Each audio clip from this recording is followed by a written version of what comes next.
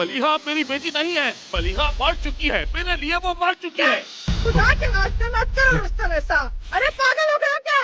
और रुस्तम मत चलाओ, मत करो रुस्तम, खुदा के लिए मत करो रुस्तम। क्या हो गया है तुम्हें? मेरी बात क्यों नहीं सुनते हो रुस्तम?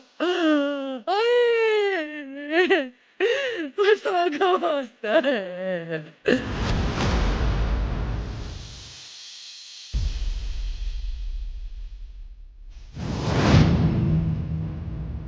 तुम जो उसे हर वक्त बेटी बेटी कहते रहते हो ना, हकीकत तो ये है कि वो तुम्हारी बेटी ही नहीं है। ये बात खुद तुम अपने मुंह से कह चुके हो।